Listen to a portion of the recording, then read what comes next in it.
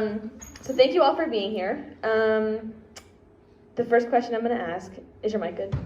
I think so. Okay, yeah. Okay. The first question I'm going to ask is the same thing that I ask everybody, and you already know what it is. And I've been waiting since yesterday because you kept teasing me with it. So what is one song to add to my playlist that you think we can't not know about? Okay, so I had to think about this because I'm terrible with songs and knowing like which one to pick. But I kept thinking about the song that I always like when it comes on my playlist, and that's Cleopatra by the Lumineers. Oh.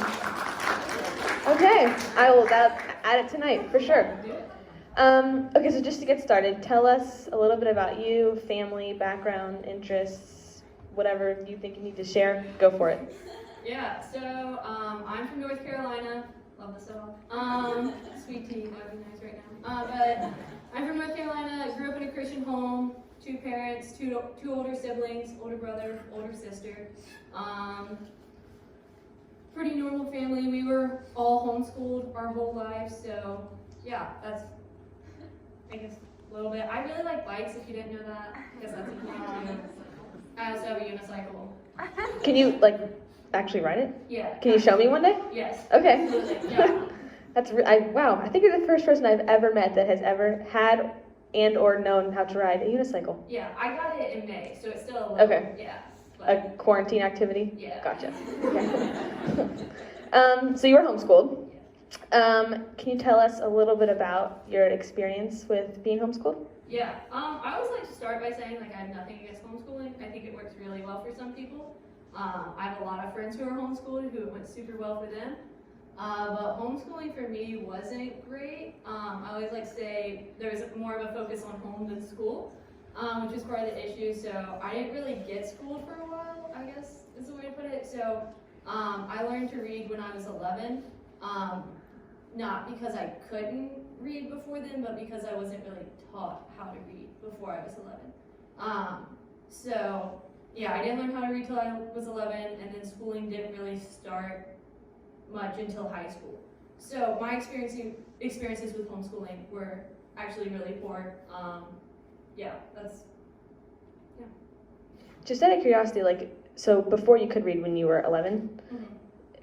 when you went to a restaurant, how did that work? Yeah, I would normally just turn to whichever person was next to me and get their help. Wow.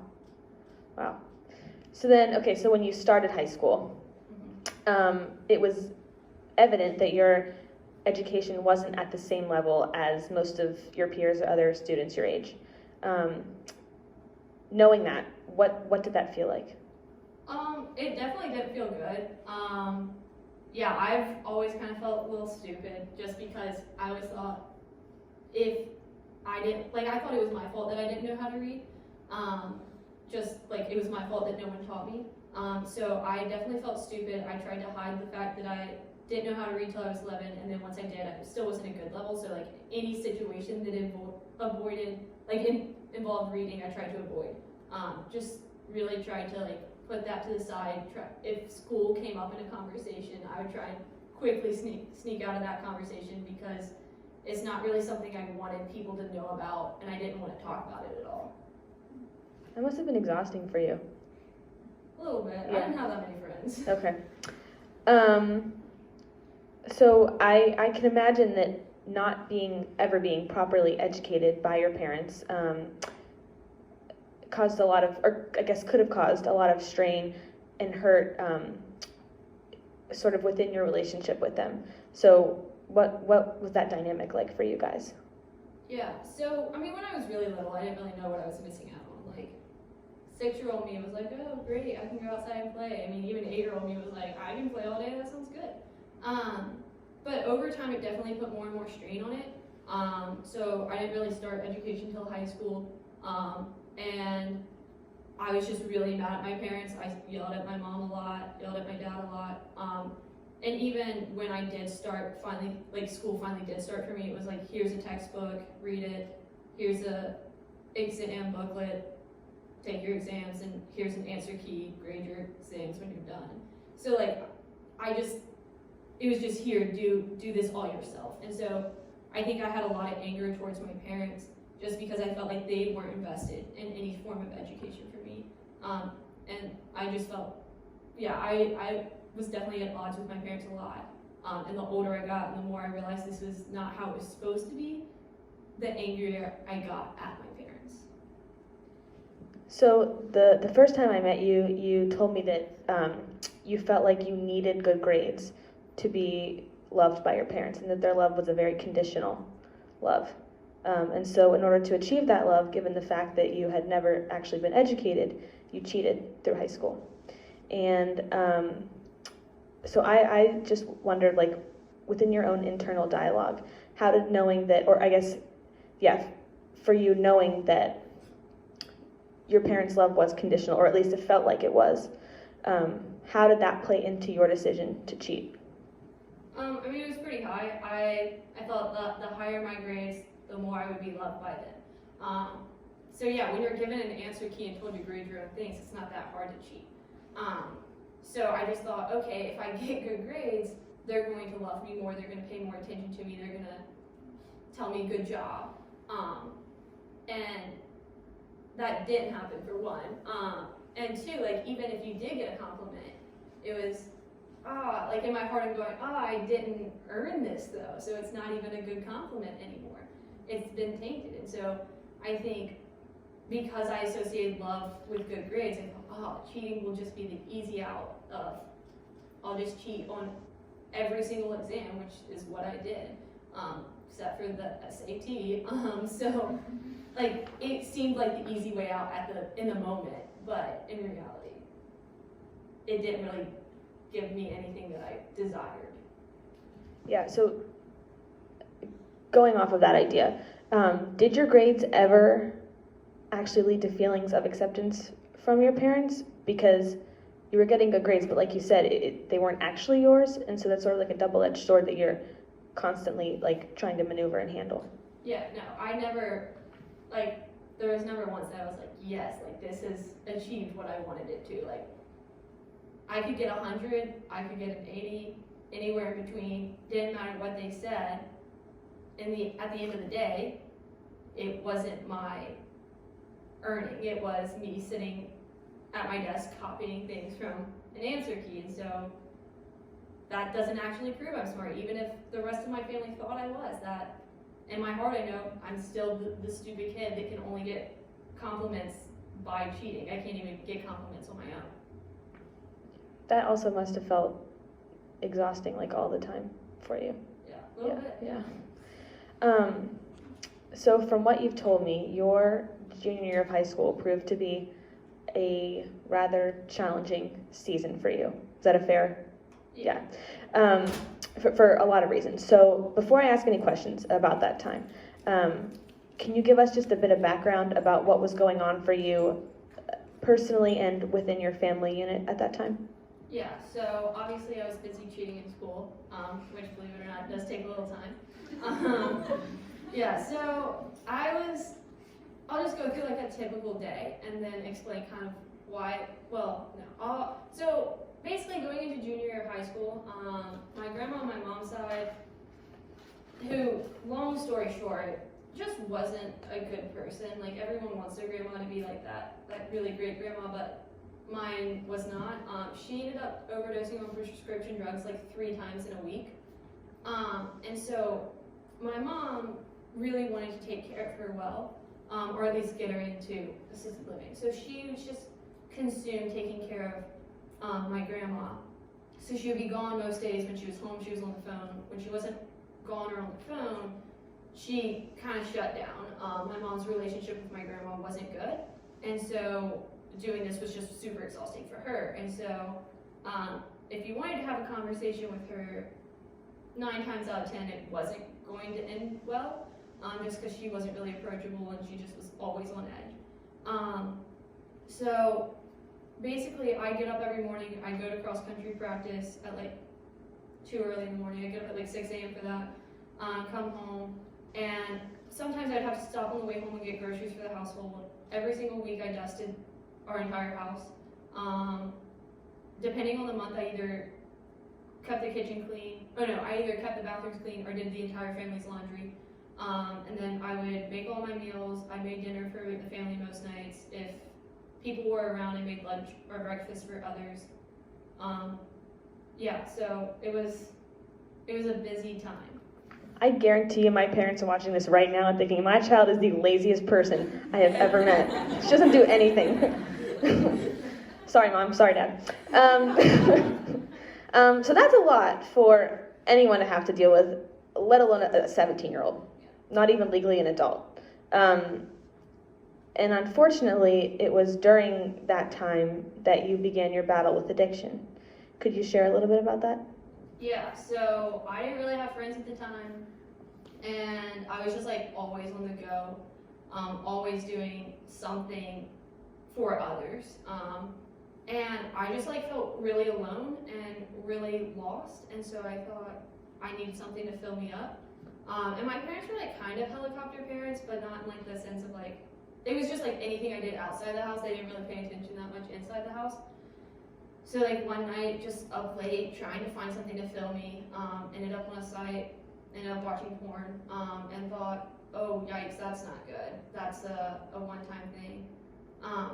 But it wasn't, and it quickly snowballed into a full-on addiction. And I don't say that lightly.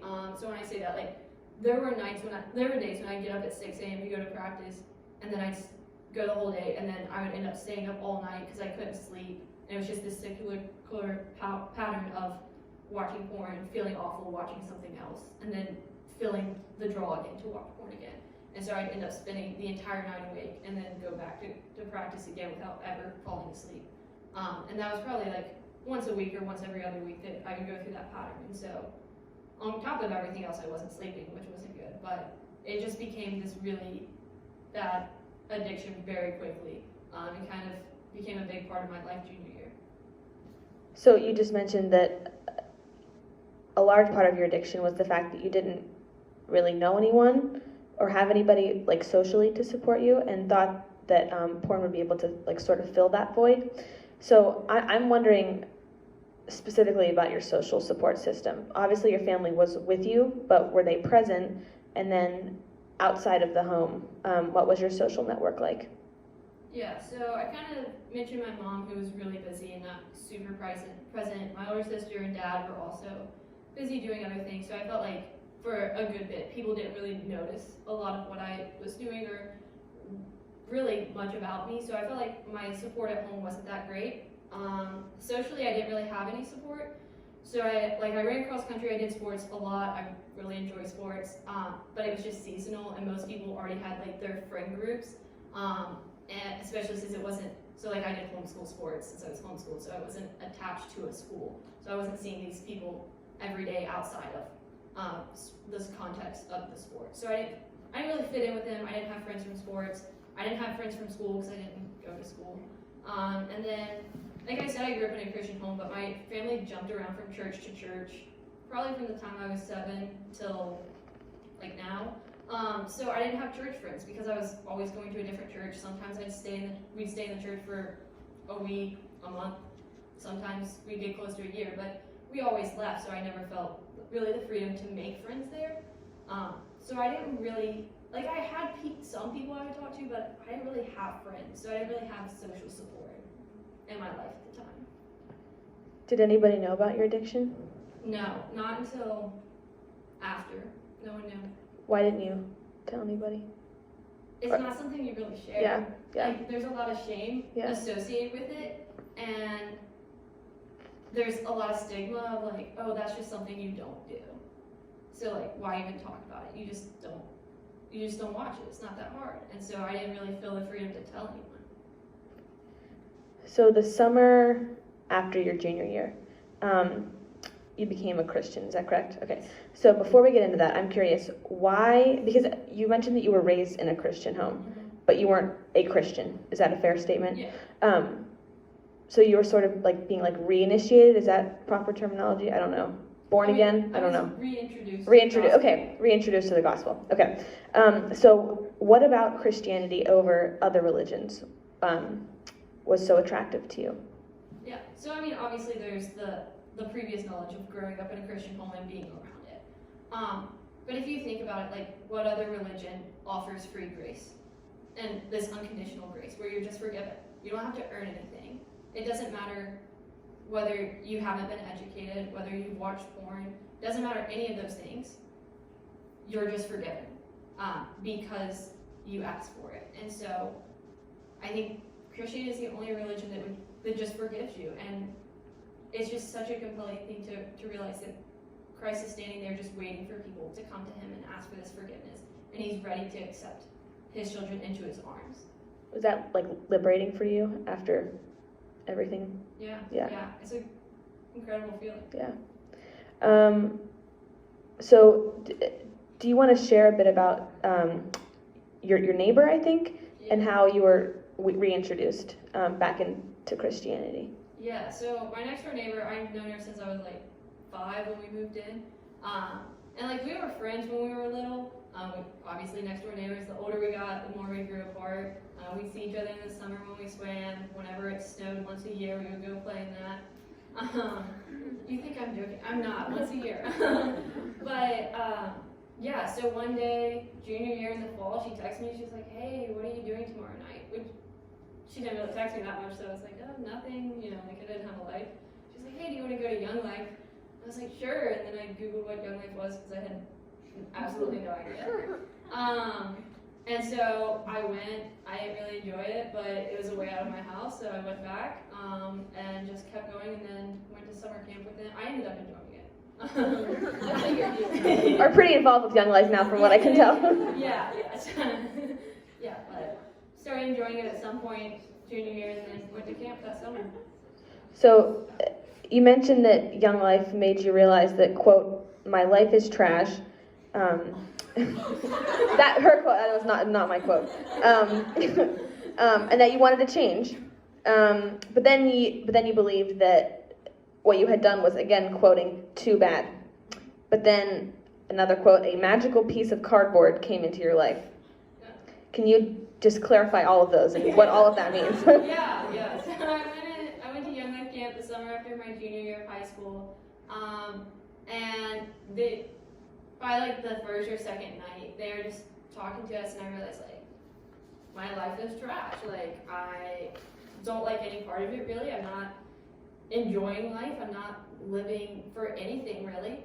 And so just went through this whole week with this desire to change, but feeling like I'm too far gone. I've cheated my way through school. I've been addicted to porn. Like I don't deserve anything. And I think what was a big deal for me was I never really heard anyone talk about having watched porn and then become a Christian. Which like now sounds odd to me because I know plenty of people now, but at the time that was a big hurdle of like, okay, the church doesn't really talk about this that I've seen that much because it's just known that this is too bad and you don't do it. And so I assumed it's too bad, so I can't be forgiven. And then one of the last days there, they did cardboard testimonies where they walked out, some of the leaders walked out on stage, and they had what they were before Christ on one side of the cardboard, and then they flipped it over, and what they were after Christ was on the other side. So that's the magical cardboard. So one of the guys walked out. I don't remember what it said on either side, but I did see the word porn, and then I saw him turn it. And that's when I realized, oh, if he can be forgiven, if he can be loved, so can I. That's amazing. That's amazing.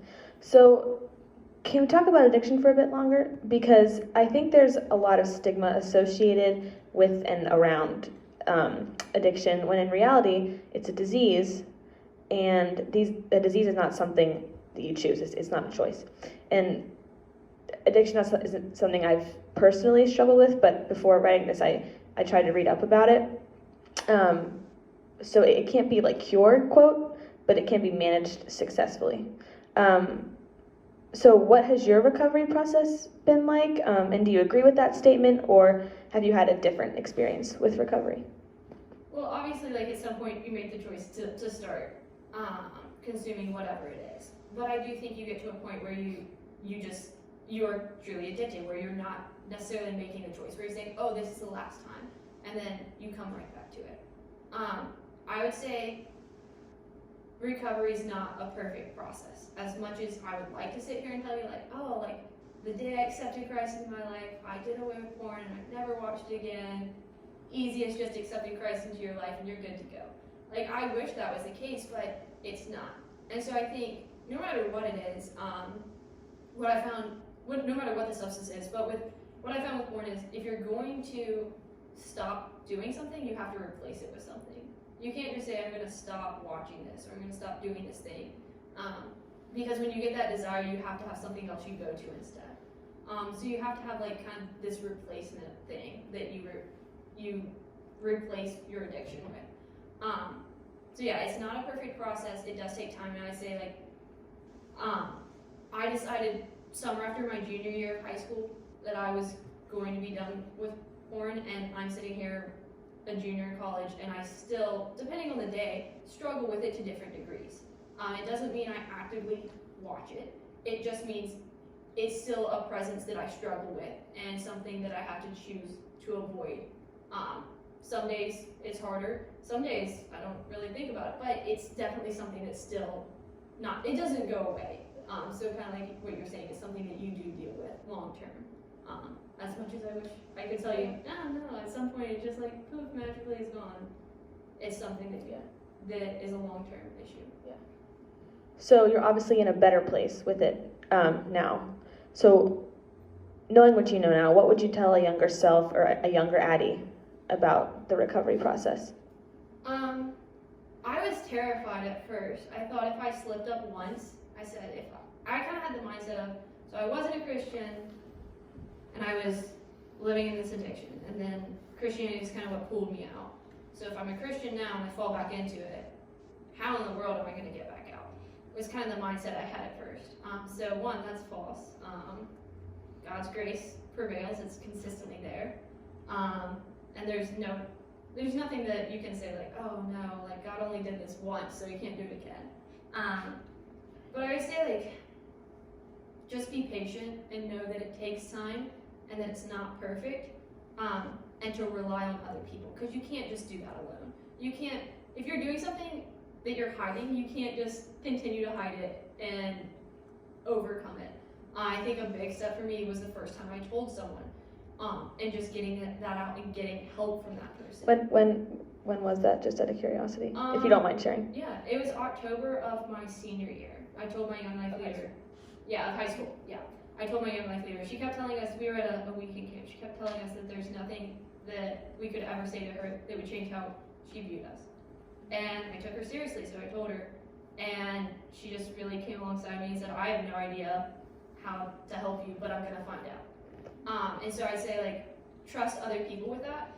It's not easy to share, but when you're able to share that and get help, it makes a huge difference. And having someone in your corner who's willing to work with you through that is such a big thing. Looking back, do you think that cheating was an addiction too, or was that just something that you did to complete a task? I wouldn't say it's addiction. So I cheated senior year of high school, even though I didn't really want to. I had become a Christian. I understood cheating was wrong. But I also wanted to graduate high school, and I thought if anyone found out, that was going to go down the drain. So I say it was more of completing a task. Like I haven't cheated since coming to college. But so like that's been good. But I would say it was definitely like, okay, I have to complete this task. And then senior year was, okay, at this point I'm so far in, like how are you gonna learn math overnight? Yeah. So yeah, I'd say it's more to complete a task. Yeah. What is your relationship with your parents like now? Because obviously it was very strained. Yeah. For a while. It's a lot better. I think college has helped a lot. I think some distance to just process some things was really good for me. So I think continually, especially with my mom, my relationship has gotten better and better. So Thanksgiving break of sophomore year, finally told her that I cheated in high school. And then finally this Christmas break told her I watched porn. Like so like that has been big steps. But in between that, there have been little steps. And so we've gotten a lot closer. Just like any relationship, it's never going to be perfect. So there's definitely a lot of growth to still happen there. But I say my relationship is a lot better with my parents than it was when I graduated high school. It's definitely improved a lot. That's awesome. Yeah. So now you're involved in Young Life, which I'm guessing a lot of people here are also involved in Young Life. I don't know a lot about Young Life, but from what I do know, it is very much a mentorship role. Is that an accurate statement? Yeah, okay. we do some mentoring. Yeah. Okay. And you're doing well academically, which is a complete testament to your strength and resilience. And you're able to help those that are now in a similar situation that you were. So how do you think your experiences with not being educated and then cheating and then having a strained relationship with your parents and then battling and recovering from an addiction, that's a lot to overcome, and you're really, really strong. How do you think those have all played into not only your decision to be a Young Life leader, correct, but with actually mentoring youth?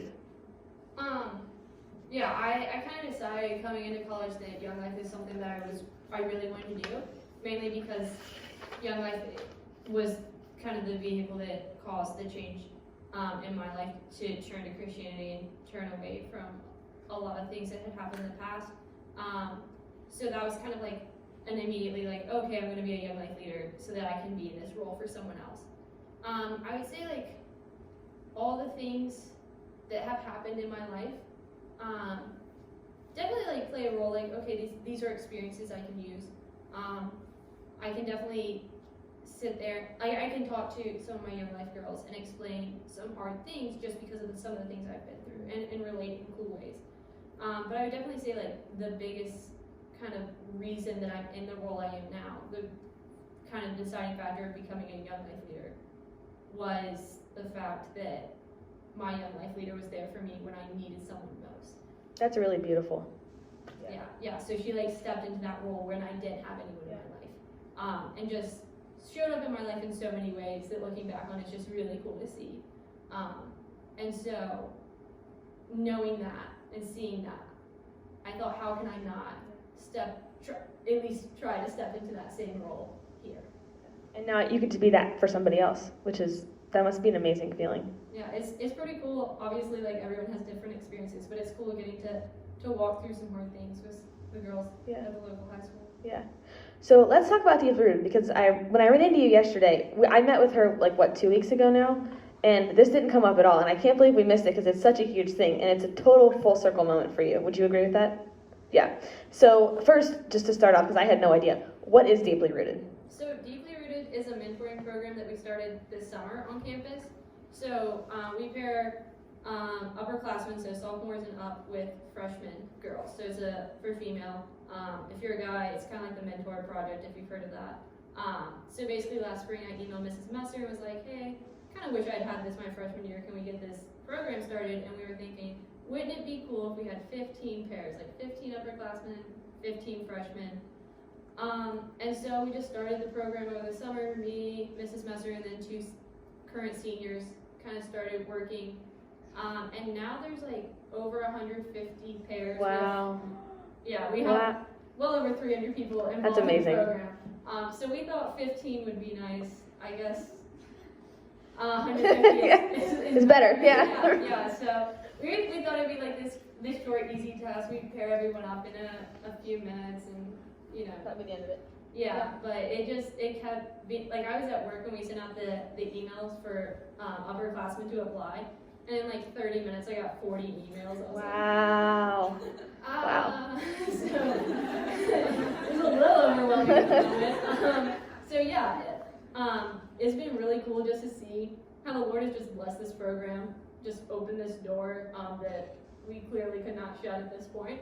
But so it just kind of ballooned into something way bigger than I ever expected, but it's really awesome to see that we want to start a pilot program that we would potentially carry over into future years, and now it's like, okay, so how do we make sure we have enough people running this to manage it properly? Yeah. That's amazing. Yeah. That's really amazing. So I'm going to ask the same question that I just asked you about Young Life, but for Deeply Rooted. What influence, if any, did your past experiences, I'm not going to say all of them again because you all have yours, what role did they play in your decision to start Deeply Rooted? I would say that definitely had a bigger role than it did for Young Life, just because having someone that you can turn to that's in your corner is so important. And I know like some people come in and just need like someone that they can talk to in a casual way, or someone to be friends with, or even just someone who can tell them where to go and how to get to class. But for me, I've seen so many relationships in my life that have been so important, where it's a one-on-one connection with someone I can talk to, relate to, get advice from. And so I realized, like, you're coming in freshman year of college, I was terrified. And I mean, I feel like most people are a little scared, but I was absolutely terrified coming into school. And so it would be really cool to have someone that you could turn to and ask those questions to and start building a relationship right away. And so, yeah, I thought that could be really cool. And my older brother was involved in the mentor project here, and I was like, wow, that would be fun if we had that. Yeah. And so now we do. So it's something that you wish you had as a freshman. Yeah, I get that. What has been the most rewarding part for you to observe so far that's come out of Deeply Rooted? It's been really cool just to like meet people in the program and like find out like if it's a freshman, like who the mentor is, or if it's an upperclassman, who their mentee is, because like sometimes I'll know both. And like obviously we didn't really know anyone when we were pairing them, and so if y'all could have seen us at some point, it was just like, okay, we're just gonna hope for the best in this situation, pray a lot, it'll be great. But like it's been really cool. Like obviously if you have over 150 pairs, like it's not gonna be a perfect program, so sorry if you didn't get a good mentor or mentee. But like it's been really cool just to see how the Lord has like really orchestrated so much, and like the number of people who come up and been like, wow, y'all did such a good job, and I'm like, cool. Don't know how that would happen. So it's really cool just to see how it's been rewarding to people, and hearing that feedback has been really cool for me, because we truly had no clue how the program was going to go, like if it would be successful, if it wouldn't, and it's been really cool to see all the feedback and hear just what some people think about it. So yeah, it's been really awesome, and it's fun when I become friends with a freshman and I paired them with one of my friends who's an upperclassman, and we're like, oh, that's so cool, I'm glad that worked. That's really cool. Yeah. I think the mic's off, so I'm just gonna yell. This is my last question, and then if anybody has questions for Addie, feel free to ask them. But if there's one takeaway from your story that you want us to know, what is it? I say a big takeaway is nothing is too far gone. No one's too far gone, and nothing's too big for God to overcome. Like, if you had told me that I was going to pass every class I took at Grove City in high school, I would have laughed probably. Like, if you had seen me, my freshman year, I was put in a math class right away. I was freaked out. So, like, a big takeaway for me is, like, it doesn't matter where you're at currently. There is hope. There is the possibility for you to overcome that. I'm a social work major, so one of the things that we learn is if you don't learn how to read by the 4th grade, there's a very low likelihood that you're ever going to graduate high school, much less go to college. And I heard that over and over again, and all I could think is, that's not always true.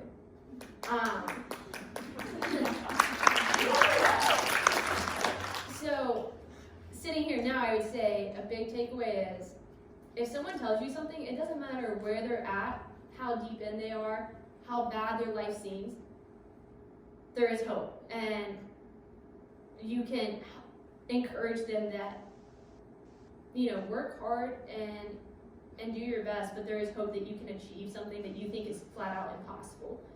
Because I say, when I came to Grove City, hoped I would be here today, it wasn't necessarily something that I believed would actually happen.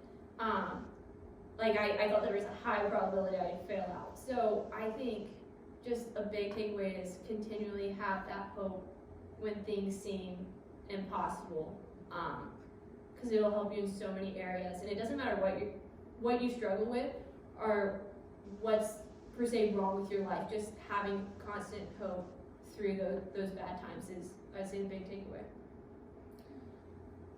That's all the questions I have. if any of you have questions for Addie, okay, Brooke. So just out of curiosity, when you were talking a while ago about not just like giving up your porn addiction, but replacing it with something else, what did you replace it with, like in your own personal life? It took me a little bit to figure this out. So I think for a while, a big replacement was reading scripture. There are certain ones, like there's one in Ecclesiastes that talks about how he did everything to satisfy himself and then realized like nothing brought any purpose. Everything was just chasing after the wind. And so I think scripture is a good one, prayer is a good one. Sometimes I'll call a friend. Just for me, it's really been finding a task, putting away any technology you have, and choosing to turn to people, to God. Yeah. Any other questions? Oh, yeah. Abigail, Hey. what's up? Hey, man. With your testimony, love your testimony, by the way. But exactly. Ever since your testimony coming to grow and just being with people here and with young, like, have you had opportunities to people have like maybe opened up to you and then you've been able to share it with them, and then how is that? If you've had that experience, how has that kind of changed your life? It's actually really cool. So when I told my young life leader that I watched porn, her reaction was, "I can't wait for you to tell other people." And I was like, "You're crazy because you're the only one ever Did finding you tell her out." about this? I'm telling like 60 people right now, at least. yeah. So I told her, I was like, "You're crazy." And she was like, "No, I can't wait for you to tell others because it'll make such an impact. And you're gonna tell someone, and it's gonna cause them to be able to open up and relate to you." And I was like, sure, yeah, go with it.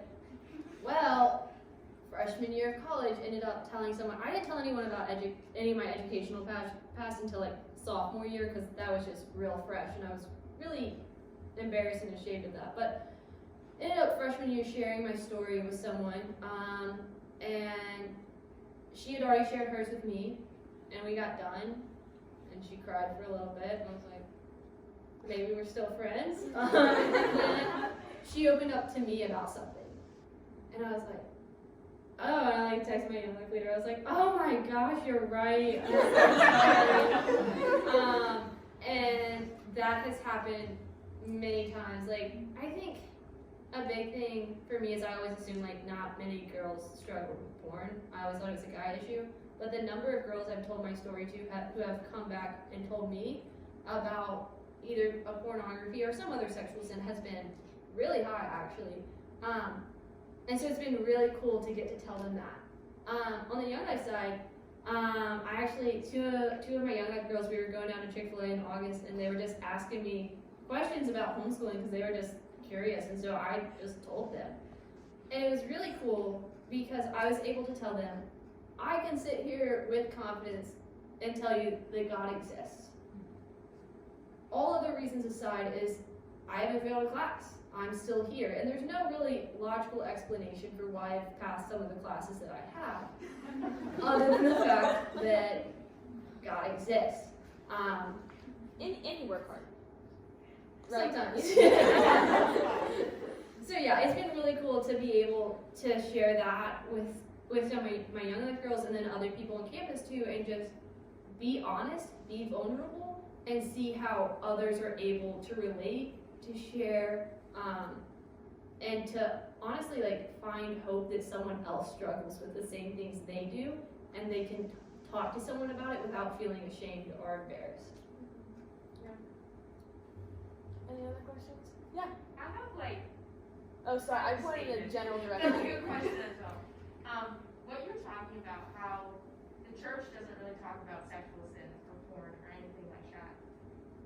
This is a huge question. I'm sorry.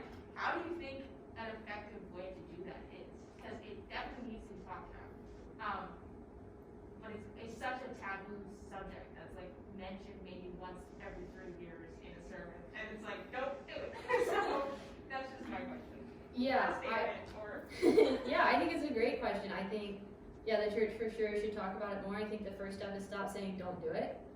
Like, obviously, if you're in church, you probably assume we shouldn't be doing this. I would say, if you fall into this, turn for help, find comfort in these passages. Because if you just say don't do it, then that doesn't really open the door for a conversation. That kind of shuts the door in someone's face who's done it. Like if if I said don't do it about literally anything and any one of you did that, then you wouldn't come and tell me right away and be like, oh, I did this, so what now? So I would say, one, don't say don't do it, and I'd say talk about it more frequently. We definitely, like you said, like once every few years is not enough. So I think churches should have series about sexual sins, because I think if you actually talk to people, it doesn't have to be limited to like pornography or anything like that, just sexual sins in general, I'd say most people struggle with in some way or another, whether you give in or not.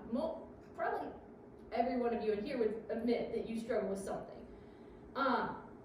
So I think just going through, okay, so here are some of the struggles we have, here's some of the support we have and how we can handle it and how we can encourage one another, and provide helpful teaching on how to avoid falling into those temptations of sexual sin.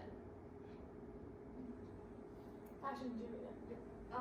So what advice would you give to people who don't have frame of reference for like what a struggle with that kind of addiction is, but when someone opens up to them about it, like how can you support those people if you don't have that frame of reference? So are you saying like frame of reference being like they don't think it's wrong? No, like so if someone opens up to you about an addiction or a struggle that they had and you've never personally experienced it, like how do you support them through that? Okay, gotcha. Yeah. Yeah, that's a good question, because I think you might not necessarily struggle with this. Like, not everyone struggles with the same thing. So, I'd say one of the biggest things that my Young Life leader did when I told her, she said I've obviously like never struggled with this, is she one asked me, how can I best support you? So she opened the question up to like, if I had thought about this, how can I tell her how to best support me? Which I thought was really helpful, because then I could kind of say like, okay, I already know this does or this doesn't work. I think even if they give you a whole list of things to do and that's all you think you need to do, just researching, because I think we all kind of might have an idea of certain addictions, but researching, okay, what is that like? What are the experiences? And how to understand just that particular addiction in general better, if you truly want to help that friend. Looking up different resources for them can be helpful. But yeah, I think the biggie is, how can I help you? And asking that person. Because while there is kind of like, okay, here's some steps to overcome addiction, each individual person's going to handle it differently. They're going to process it differently. Some people are going to relapse more often than others. So asking them the question of how can I best help you is definitely a big step, and something that I found most helpful when friends have asked me have been there to support me. Any other questions for? How have you found it coming to Grove City with all of the connotations and implications academically here, and how has your academic identity changed over the course of 3 years? Yeah. Yeah, everyone's like, oh, you're going to the smart school, and I was like, oh, sure. So yeah, I definitely, because of kind of the academic air of Grove City, was extremely nervous. I think any college really, but especially Grove City, I was extremely nervous coming in. Definitely thought I'd fail at least one class. Like it was kind of a given in my mind. I'd say everyone likes the Grover, or some people like the Grover Achiever label. I don't fit into that. Like, I work hard, but I wouldn't consider myself like the ideal Grover still, for sure. But I would say, in a weird way, I think I'm able to not take school too seriously. Which sounds kind of odd, because I think in my head it sounds odd, but I think I've learned that ultimately my first identity is in Christ. And serving Christ. So everything I do, I'm going to put first serving Christ. I have literally worked my academic schedule around Young Life events sometimes, because that's what I value more, is serving God. And so I think through this course of 3 years, I've kind of learned, yes, good grades are important. And I did for a while think, okay, now I'm actually earning the grades so I can go back and show my parents my grades. But yeah, good grades are important, but serving God's more important. And then, yeah, work hard for your grades, but your identity is no way found in your grades. Whether you get a C, an A, B, D, F, like, that's not who you are. That's just the grade that you got in that class. And there's always another class. And so I think over these 3 years, I've had to learn to kind of let go of that, kind of finding my identity in the grades, feeling love, like thinking, oh, I'll achieve love through grades, and realizing that 100% of my identity is found in Christ. You were so well spoken. Any other questions for Addie? No? Okay, well, Addie, thank you so much for sharing with us. You're awesome.